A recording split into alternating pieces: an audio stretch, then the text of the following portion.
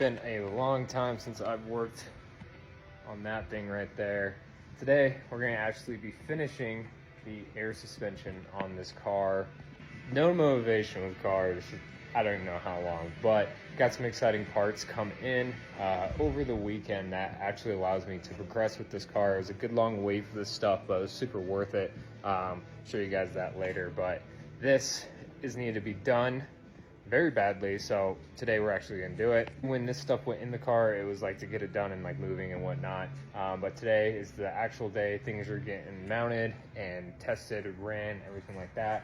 Beforehand, I had one compressor that was doing the job, and it sucked. It was awful. Wait time for filling of the tank and everything. There's a couple leaks, stuff like that. We're actually going to 2 compressors today, and it's a bit of a challenge because this is a Tiedemann tank, and we are in the USA, so we use a different system for threads. So we have the threads and everything like that. That's one thing. If you guys ever do buy a Tiedemann tank, you're not able to use like normal thread type that we use in the United States because this stuff's made in Japan, so keep that in mind. This is how it's going to be ran. We've got this guy, and then the ECU, and then the tank. And then we're going to have one compressor here, one compressor there, and then going back into the car. It's an absolute mess. I haven't touched this thing in like a year.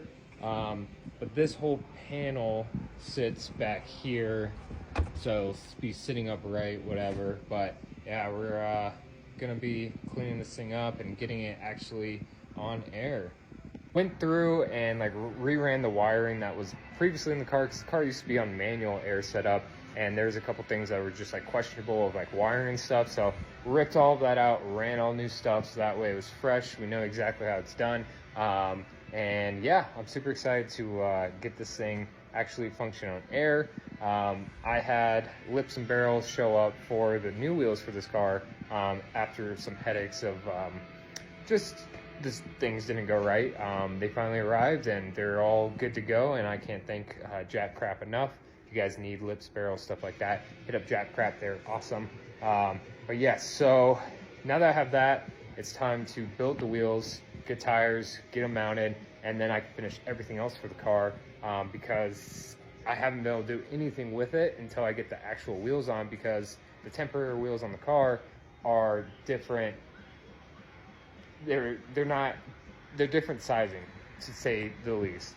The tires on these are bigger than the ones I'm gonna run on the car. So if I had set the suspension and everything while I was waiting, it was gonna be completely different. So I need to get the actual wheels on the car to be able to get the car to sit exactly how I want. And there's been so many things that had went wrong that I just like I was like, stop, like this.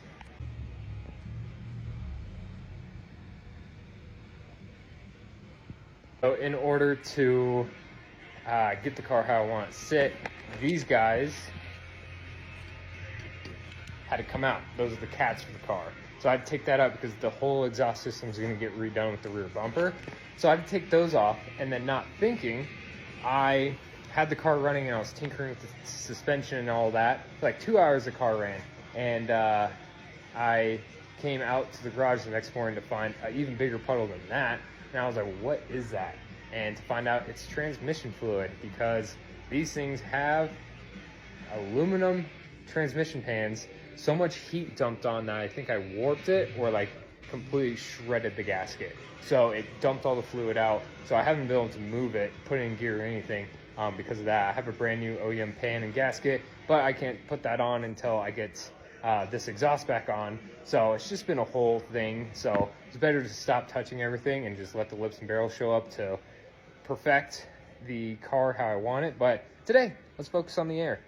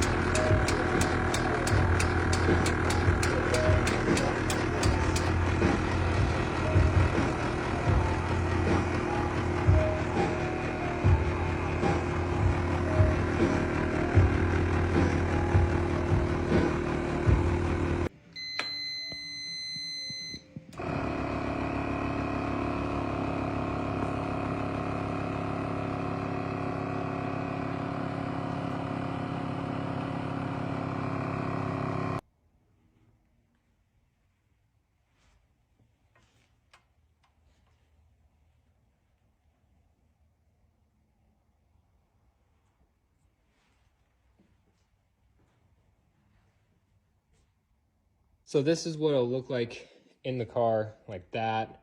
I've got some work ahead of me. I'm gonna glass up to here so it fits the hump. Same on this side. I've got to cut this over, close these these windows, and then all of this stuff here is going to be frosted acrylic with lighting. I have to cut this and move it because the original plan was to put things this here, but then the leg of the tank got in the way, and then same with this. This was just cut too big, but this will be like the back of it, and then it's got side panels to match with the lights, and then the amp over here. But yeah, so this is what it will look like in the back of the car, back here, and then lighting, and then the sub. Then it's got some flooring with carbon fiber, and then I have this whole trunk panel that goes here. It's called a beauty panel. But yeah, should be a cool trunk setup once said and done. But yeah, just a lot more work. Everything's nearly done on the setup. The last thing that needs to get done is a whole bunch of wiring management. I'm gonna loom everything, trim things down, take all the excess that's not needed, and then put it back in the trunk. Actually put it to the electrical of the car and make sure all four corners are good. But yeah, we figured out a lot last night. A little difficult because these instructions aren't, as you can guess, as clear as they need to be. Japanese and just stuff like that. But we couldn't originally get the car to air out on its own. The buttons on the remote wouldn't actually put the car down. The preset 4 actually dumped the car out, and that's the only way I could air the car out. So we finally figured that out to find out that the wire was a negative, not a positive. And then everything worked and got everything to the 40 amp relays, got the distro blocks, everything's working. So I'm excited to put it in the car this weekend at some point and actually start being able to tinker with this thing. Can't thank my friend Pete enough to come spend his time, come over and help me get everything spick and span on that. The last thing we need to do is make sure for leaks, and then once it's in the car, just double check there's no leaks from the fittings on the actual management, and then the fittings on the wheels on each forward corner. But really happy with how this is going to turn out, and then we've got a lot more work ahead of me to get the trunk set up how I want, because I kind of went a little above and beyond with the trunk setup than it was before. I wanted to do a lot of fiberglassing and make it very aggressive and in your face, just like kind of the GT VIP cars in Japan. So I've been working on that for like, seems like 2 years. But I'm hoping this will motivate me to go tackle that, finish it up and everything. But really happy to start doing some car stuff. There'll be some more content. Maybe this weekend, if I have time, I can put the wheels together and get some tires ordered. And yeah, start progressing with the Y34. This poor thing, I miss cruising it. I can't wait to drive it. I can't wait to have it one color and just enjoy the car, because yeah, I miss it. So lots of work ahead with this thing, and I'm excited.